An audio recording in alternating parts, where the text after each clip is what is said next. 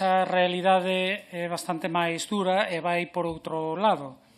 Como sabemos, antes de fin de ano vai ser por punto final a era do cobre para dar paso á fibra óptica que sustituirá as antigas liñas fixas de teléfono de conexión ADSL a Internet. E para logralo dado que estamos nun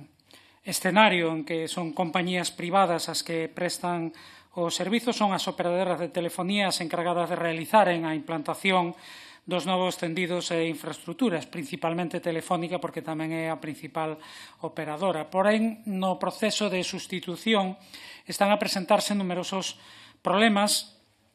en vivendas, en núcleos, en lugares, en parroquias do rural do noso país, da Galiza, porque se está procedendo ao apagado de centrais e liñas de cobre sen que aínda grande parte deses usuarios e usuarias teñan acceso á nova conexión de fibra. Isto, evidentemente, xera unha situación de extrema dificultade. Maior aínda se ten en conta que estamos falando, ademais, de determinadas zonas rurais que tampouco teñen unha adecuada cobertura de telefonía ou datos móviles, por o que o illamento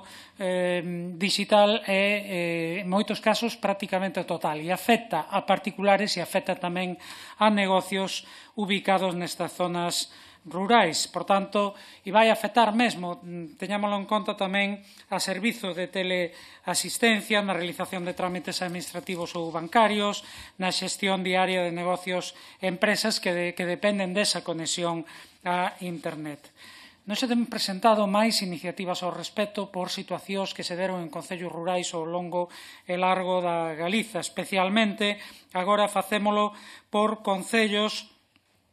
en que prácticamente en amplas zonas quedaron sin conexión a Internet da montaña de Lugo, por exemplo, lugares a parroquias dos concellos do Corgo, de Pol, de Sarria, de Samos ou da Fonsagrada, para alén de que en moitos outros da provincia de Lugo, por exemplo, a fenda digital é evidente porque está a cola en porcentaxe moitas veces ridículas de territorio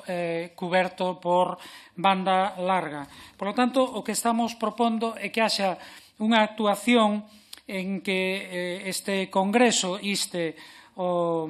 Goberno a adoptar medidas para que os núcleos e vivendas do ámbito rural da Galiza e, lóxicamente, do conxunto do Estado español que poidan acharse en situacións similares queden desconectados ante o apagamento da era do cobre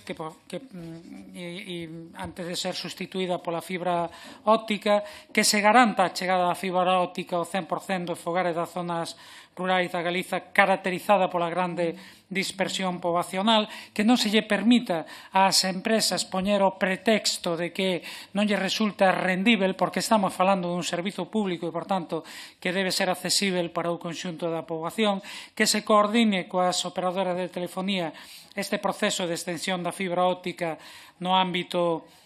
rural, que non se produzan problemas de demora nin incumprimentos de datas que son, infelizmente, moi